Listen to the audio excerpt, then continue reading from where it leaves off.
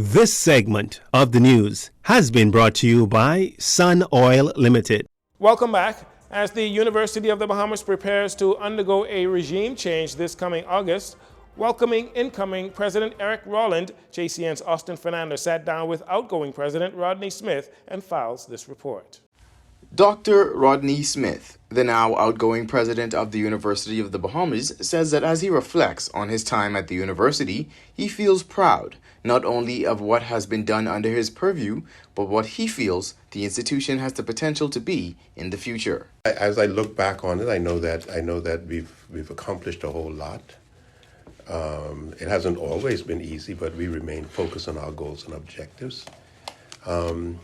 I think we could have accomplished more if we did not have a pandemic, or if we did not have Hurricane Dorian. But at the same time, I think a very, very strong foundation is in place. I think we have a good governing organization in the sense of the Board of Trustees. I have every confidence in the senior administrators to carry on the work and to continue to build the University of the Bahamas. We have an excellent team, a very coherent, cohesive team. We have the most dedicated faculty members in this entire region. I know that the University of the Bahamas faculty members are not there to do a job. They're there on a mission, and their mission is to always make sure that every student in their classroom succeeds beyond even the student's own expectations. And so I'm very, very proud of the institution. I'm very proud of what we collectively have been able to accomplish over the past several years, and I look forward to even greater things happening at the university moving forward. President Smith, who is the longest-serving president of the institution since its reorganization, has served 8 consecutive years as president, preceded by another stint back in 2004-2005. This, of course, would mean that he witnessed and in many ways piloted the College of the Bahamas into university status, an achievement to which Dr. Smith says this. The transition process started long before I arrived. I led the process through to fruition, but it actually started a long time before then. A lot of faculty members, a lot of staff members put in a lot of time. Government officials put in a lot of time. And I used to say all the time that we're racing towards the starting line. And I basically brought us to the starting line, which was November 10th, 2016. And then once we started as a University of the Bahamas, we had a lot of foundational things to put in place. So for the first few years, we've been doing a lot of internal work. Leading up to 2016, we did a lot of external work, like, for instance, buildings and structures, new entrance, etc. And even afterwards, in terms of opening the Portia Smith Building, opening the Franklin Wilson Building, opening the Small Island Sustainability Research Complex, and then opening the first residential facility in Grand Bahama, even though we opened it in 2018 and we lost it in 2019. To Hurricane Dorian. So we've accomplished a lot. President Smith notes that while he and the administrative team at the university were able to accomplish a lot during his tenure, regrettably, he feels that a lot more could have been done. However, as for the accomplishment he values the most over his 9-year stint as president, to my surprise, it's not what many may think. My most recent one was actually graduating the students after 2 years of doing it virtually. And I say graduating the students with special emphasis on the students in Grand Bahamas at UB North, because they went through the hurricane. Some of them lost family members. Some of them was displaced out of homes, etc. Some of them are still struggling to get back on their feet, but they never gave up on their studies. And to me, each one of those students have their own story about resiliency and about flourishing despite the odds. And so I think that their success is seeing these students graduate, seeing these students who did not give up even during the pandemic. Some people would say, okay, if we look at it from the outside, we probably say it was when we transitioned from college to university. But you know what? That wasn't the greatest one. The greatest one for me, the most emotional for me, was actually graduating this last class of students. The University of the Bahamas is set to welcome its new president this August, and with the fight for international accreditation well underway, it is the hope of not only Dr. Smith, but everyone affiliated with the institution that the incoming president, Dr. Eric Rowland, who was named president-elect by the Board of Trustees back in March, is ready, willing, and able to usher in a new era of higher learning at the country's primary tertiary education provider. Reporting for Jcn News, I'm Austin Fernandez.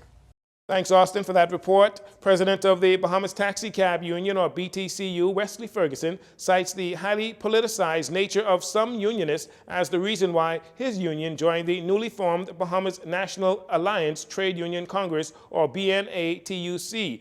President Ferguson says the concerns of the poor laborers of the Bahamas have been forgotten, and some trade union leaders are looking after their own wishes. And we moved away from that kind of scene to recapture the needs of the people and to actually cater to their needs and listen to them and try to do our best to mitigate certain things and to get a fair wage for them, or a livable wage.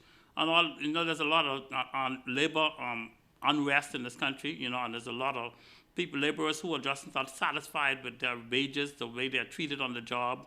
And there's a horror story if you listen to some of these people, what they encounter in a day on the job.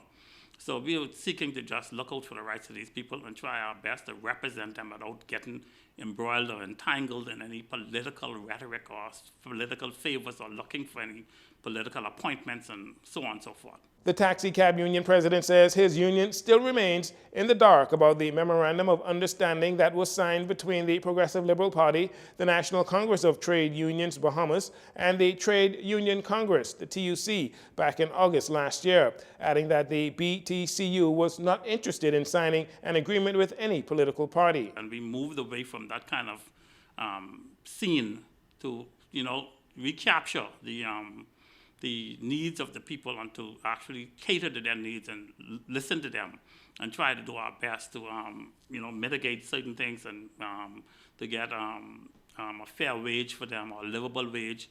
And all, there's a lot of labor unrest in this country, and there's a lot of laborers who are just not satisfied with their wages, the way they're treated on the job. And there's a horror story if you listen to some of these people, what they encounter in a day on the job. So we are seeking to just look out for the rights of these people and try our best to represent them without getting embroiled or entangled in any political rhetoric or political favors or looking for any political appointments and so on and so forth. The BTCU president, who holds the position of second vice president in the BNATUC, reassured that his union is in solidarity with the decision to join the new Trade Union Congress led by Belinda Wilson, stating that a meeting was held with the BTCU executive board before joining.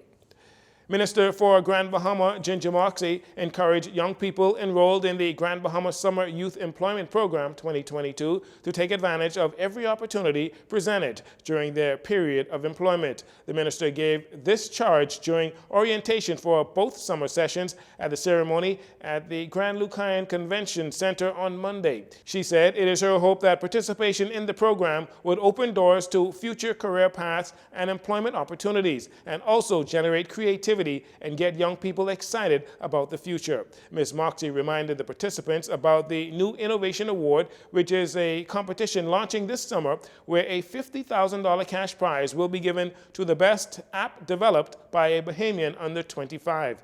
Minister Moxey ensured the participants that the government is committed to creating initiatives that partner with young Bahamians with bright minds to ensure that they have a seat at the table and are involved in the economic development of the country. And finally, research scientists from the Bahamas and the United States registered non-government organization Beneath the Waves are currently participating in the UN Ocean Conference in Portugal that began on Monday and will climax on Friday, July 1st, where thousands are gathered in an effort to find innovative solutions to the climatic and natural events impacting the health of the world's oceans. Dr. Austin Gallagher, pictured with a large Caribbean reef shark in the Bahamas, heads the Bahamian U.S. registered NGO. The conference brings together experts from around the globe at a time when there is growing concern about the warming of the waters and rising seas, a combination that makes the threat of stronger storms striking with less warning a new reality. Beneath the Waves will offer findings from long-term research conducted in the Bahamas through the University of Miami for more than a decade, specifically around the concept of blue carbon and nature-based solutions to climate change. According to the UN's conference site, The ocean nurtures 800% of life on the planet, generates 50% of the oxygen we breathe, and absorbs 25% of all carbon dioxide emissions, in addition to this, providing food, jobs, and energy. Dr. Gallagher said Beneath the Waves is pleased with the high-ranking Bahamian officials, the experts, and advisors also attending the conference. Minister of Environment and Natural Resources Vaughn Miller is representing Prime Minister Philip Davis at the UN Ocean Conference. And that'll do it, folks, for your JCN Evening News. Once again, I'm Jarino Saunders. Thanks for joining us. This segment of the news has been brought to you by Sun Oil Limited.